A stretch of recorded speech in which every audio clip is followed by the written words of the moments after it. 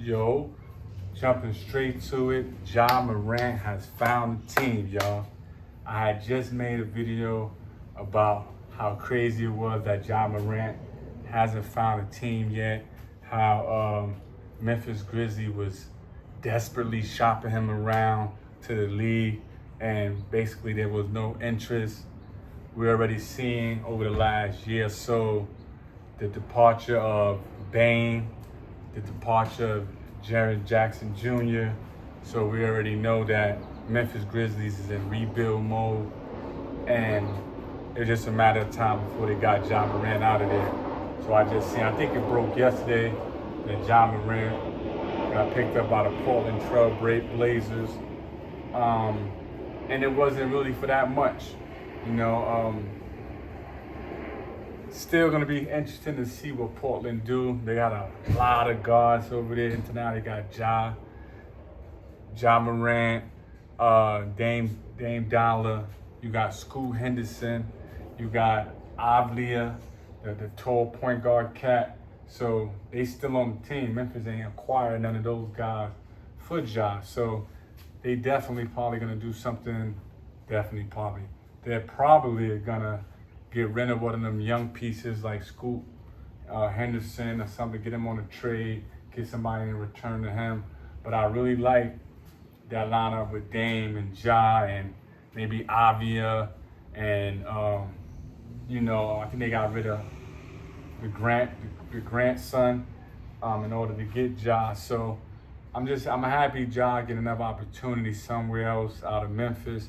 I think it'd be good for him to be along Dame Lillard, because Dame Lillard is that shooter, and him and Ja playing together, it'll give Dame some relief off the ball and let Ja play with his speed, and Dame could just run and spot up, and vice versa. Sometimes Dame could set up the offense and Ja could come off curls and stuff like that and be crafty and do what he do. So I think it's gonna be very interesting. I think both of them gonna have a chip on their shoulder. Dame definitely gonna have a chip on his shoulder for how Milwaukee treated him, how society in the basketball world has probably counted him out, being that he tore his Achilles, and he really wasn't the player that we're typically seeing in Milwaukee like he was in Portland, to the point where he got waived. Like, that was very embarrassing. He got waived. They basically said, take your money and get out of here. So I think he kind of, knowing Dame Lillard personality and stuff, and what appears to be like someone who's very into his craft and take things serious, I think he's gonna have a chip on his shoulder about that. I think Morant's gonna have a chip on his shoulder about all the other young stars that was beneath him and now is passing them, like the Ant-Mans of the world and Tatum's of the world as far as notoriety and popularity. I think he's gonna have a chip on his shoulder about that. So him paired with Dame and the pieces that they have around him could be very, very interesting, because Ja's still young enough to do some things. I think Dame have a lot in the tank, especially if he get himself in good shape. Dame always really seemed like he's not in the best shape to me. He always seemed a little chunky, a little soft. I know it's a lot of muscle, but I would like to see him at, whatever he was in college, but just lean, trim, and solid, but still strong, still holding his power. But I think he got to get a little lighter, especially when I'm getting older, because that jump shot is always there. So some interesting things in the NBA. Definitely should be an interesting season coming up. Ja Morant and all those guys that have been in the league for about 5 to 8 years now really take heed to this new draft class that just happened in 2026. A lot of talent. Probably the top 25 to 35 players in that draft is gonna play right away coming into the league. So that means all you guys that's 5 to 8 years, y'all slowly being kicked out of the league. Take it from a guy who's played for a number of years, played professionally, played overseas for 7 years, played professionally for 8 years. Wasn't in the NBA, but I see the trends. I played at a high level and I wanted to give my 2 cents on that. So shout out to Ja Morant. Much success in Portland. You need a big year. This is your last year of your contract from your rookie deal.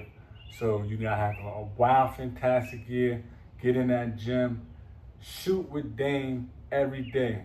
Learn how to shoot that deep ball, and you're gonna be all right. Be clean. Keep a squeaky clean image. No more doing this crazy stuff no more. You see where that got you. You know what I mean? Pop dupes, T Morant, probably take a back seat. Don't come to those games. Watch the games at home, son. Let Ja get himself back into that standard of elite players, and that's kind of face of the league.